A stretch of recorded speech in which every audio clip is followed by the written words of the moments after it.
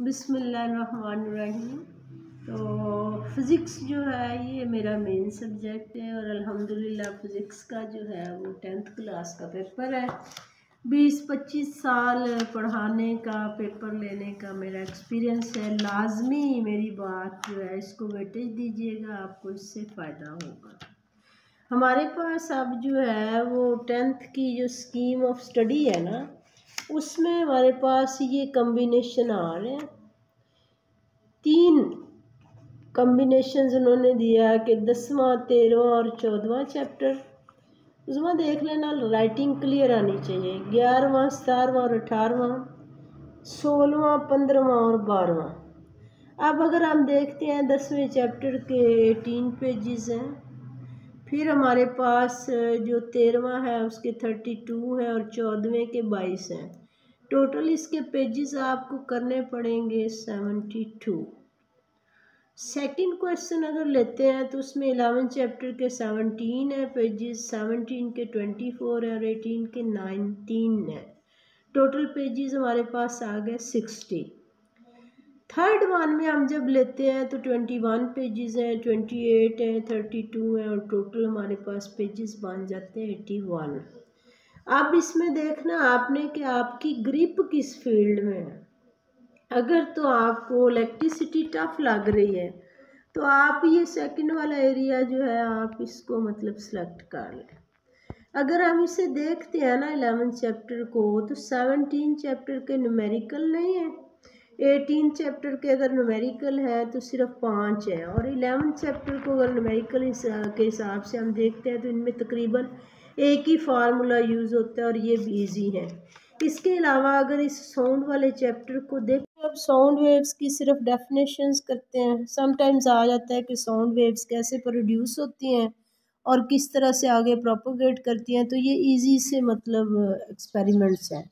ये आप पढ़ेंगे तो आ जाएंगे। Longitudinal nature of sound waves की काइंड्स और इनकी प्रोपोगेशन भी अहम है, लेकिन करेक्टरिस्टिक्स ऑफ साउंड वेव्स इंतहाई आसान है। लाउडनेस है, amplitude of vibrating body, area of the vibrating body. इसको अगर हम देखते जाएं तो हमारे पास मोस्ट इम्पोर्टेंट जो क्वेश्चन होता है ना इसमें, वो साउंड इंटेंसिटी लेवल जो है आपके तकरीबन न्यूमेरिकल भी सारे इसी से रिलेटेड है। इसे अच्छी तरह से कर लेना है। इसके अलावा इस चैप्टर में जो है ये रिफ्लेक्शन ऑफ साउंड है, रिफ्रैक्शन है, ये समटाइम्स आ जाता होता है। और ऑडिबल फ्रीक्वेंसी रेंजेस है, ये इसका इंतहाई इम्पोर्टेंट जो है ना वो पार्ट है कि फ्रीक्वेंसी रेंजेस आपको आनी चाहिए काबिल समात आवाज़ की। अल्ट्रासाउंड के यूजेस आ जाते होते हैं लॉन्ग क्वेश्चन में, इसे देख लें तो टोटली 3-4 लॉन्ग क्वेश्चन इस चैप्टर के बनते हैं। इसके अलावा इसके MCQs वगैरह आप यहाँ से कर लेंगे। ये देख लें, इनके तकरीबन सारे जो है ना वो न्यूमेरिकल्स में 1-2 फार्मूले यूज़ होते हैं और ये इजी है। अच्छा, हमारे पास 10 चैप्टर के साथ चैप्टर नंबर 13 है। अब 13 पे अगर हम जाएं,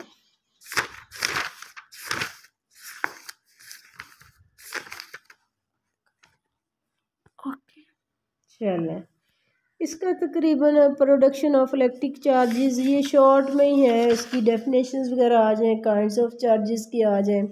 फिर इसमें इलेक्ट्रोस्टैटिक इंडक्शन जो है, इंडक्शन का आपको करना चाहिए। इलेक्ट्रोस्कोप जो है ये फेवरेट सा क्वेश्चन होता है और ईजी भी है एग्जामिनर के लिए। इलेक्ट्रोस्कोप का पूरा टॉपिक जो है, इसकी ये कंस्ट्रक्शन या बनावट जो है, फिर ये किस तरह से चार्ज का पता लगाती है, चार्जेस का होना ना होना, काइंड्स ऑफ चार्जेस, इसे अच्छी तरह से करना है। कॉलम्स लॉ भी लॉन्ग में आ जाता होता है।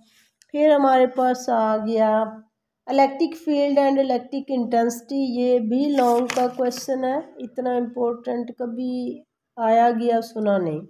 इलेक्ट्रोस्टैटिक पोटेंशियल जो है ये इम्पोर्टेंट है आपका, ये पेपर्स में आ जाया करता है।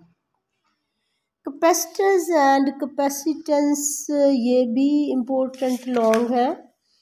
अब ये जो कैपेसिटर्स का पैरेलल जोड़ है और कैपेसिटर्स का सीरीज जोड़ है, ये भी फेवरेट होते हैं इसके लिहाज से, न्यूमेरिकल्स के लिहाज से भी और थ्योरी के लिहाज से भी। डिफरेंट टाइप्स ऑफ कैपेसिटर्स भी इम्पोर्टेंट है, इसमें से छोड़ने वाला कुछ भी नहीं है। एप्लीकेशन ऑफ इलेक्ट्रोस्टैटिक्स भी, और some hazards of static electricity and lightning. अब इसके टोटल 6 टॉपिक बनते हैं और वो सारे टॉपिक ही है, मैंने अच्छी तरह से कर लीजिएगा।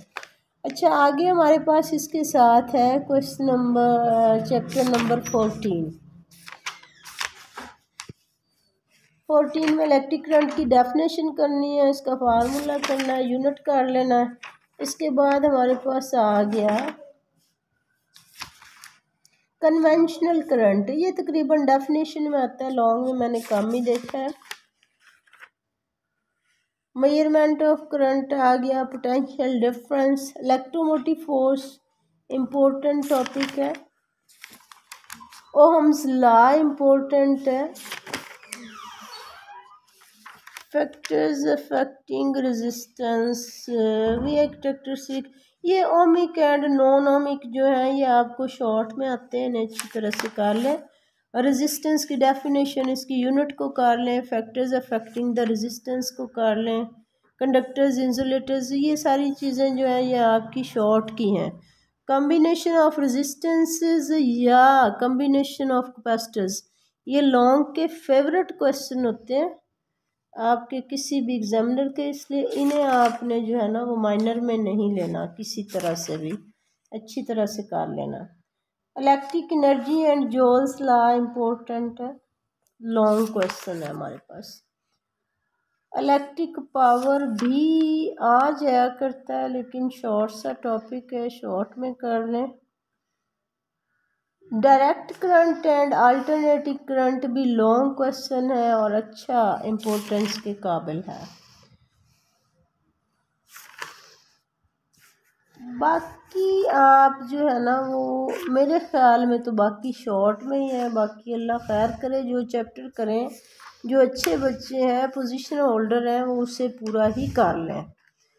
अब देखें मेरे पॉइंट ऑफ व्यू में ये जो 3 कम्बिनेशन बने हुए हैं ना, मुझे ये 11th 17th और 18th ये मुझे रादर जो है वो इजी लगता। 17th में हमारे पास जो है वो इंटरनेट से रिलेटेड कुछ चीज़ें आ जाती हैं, गेट्स आ जाते हैं, और 18th चैप्टर जो है इसमें फिशन, फ्यूजन, हाफ लाइफ, ये मोस्ट इम्पोर्टेंट से हैं, ज़्यादातर चांस होता है कि कोई ना कोई टॉपिक इसमें से आ जाता है। अब 11वें चैप्टर के सारे न्यूमेरिकल एक तरह के हैं, 17वें चैप्टर में न्यूमेरिकल है ही नहीं, 18वें में 5-7 है। इसके टोटल टॉपिक जो है ना लॉन्ग वो 5 है। 17th में कुछ ऐसी चीज़ें हैं जो खुद से करने वाली हैं, नेट के यूजेस वगैरह ये वो, और बाकी जो नैंड गेट एंड गेट उनकी सिंबल्स को अच्छी तरह से करना है और वो आसान होते हैं याद कर। ये आसान कम्बिनेशन मुझे इन तीनों में से ये आसान लग रहा है, 11, 17 और 18 वाला। बाकी आपकी जहाँ पे तैयारी ज़्यादा है ना, आप लोगों का जो ज़्यादातर पेपर है वो होता है MCQs और शॉर्ट। लॉन्ग पे जब आएंगी तो पहले यूं करें कि आप न्यूमेरिकल कर लें, न्यूमेरिकल टाइम टेकिंग कम होते हैं लेकिन पेपर में नंबर के हिसाब से तकरीबन लॉन्ग के इक्वली जा पड़ते हैं। एंड पे जाके जो है ना आपसे जितना हो सके वे लॉन्ग का कर लें, या लॉन्ग की सिलेक्शन अगर आप फुल कॉन्फिडेंट है तो आपने जोन से भी 6 चैप्टर लॉन्ग के लिए करने वो कर लें। जब आप लॉन्ग के लिए कर लेंगे उसके शॉर्ट भी तैयार हो जाएंगे, उसका MCQ भी तैयार हो जाएगा, सारा कुछ। अब जो बाकी 3 बचेंगे उसके आप शॉर्ट जो है ना एक्सरसाइज वाले भी करें, आप उसकी रीडिंग करें, क्योंकि इसने कार्य ये दिया है कि जो लॉन्ग है उसी के कम्बिनेशन में शॉर्ट आ गए, तो आप ऐसा नहीं कर सकती कि आप सिर्फ एक्सरसाइज वाले करें, उसने कॉन्सेप्चुअल भी देना है, इस वजह से आपको ये थॉरोली ही सारा देखना पड़ेगा। बाकी अगर आप टॉपिक वाइज जो है वो इम्पोर्टेंट पे आएँ तो ये नहीं पता चलता कि एग्जामिनर किस चीज़ को कितनी अहमियत देता है, वो तो फिर कुछ भी दे सकता है, गैर अहम भी दे सकता है, फिर बंदा बैठा रहे। इसलिए चैप्टर के हिसाब से चलें, आप चैप्टर वाइज सिलेक्शन करें, आधे चैप्टर करें, एक लॉन्ग का करें, 2 का करें, शॉर्ट सारे कर लें, सारों के न्यूमेरिकल्स कर लें, ताकि अगर लॉन्ग में से खुदा ना खासा कुछ रहे भी तो आपके एक पार्ट तो किया हुआ हो। बाकी अल्लाह आप लोगों का हामी और नासिर हो। मुझे जहाँ जहाँ जो चीज़ नज़र आएगी मैं उसको अपलोड करती जाऊँगी। अभी मैंने समझा हुआ था मैथ्स का पेपर, मुझे फिर जल्दी में इसको फ़िज़िक्स को देखना पड़ा। ठीक है जी, अल्लाह हाफ़िज़।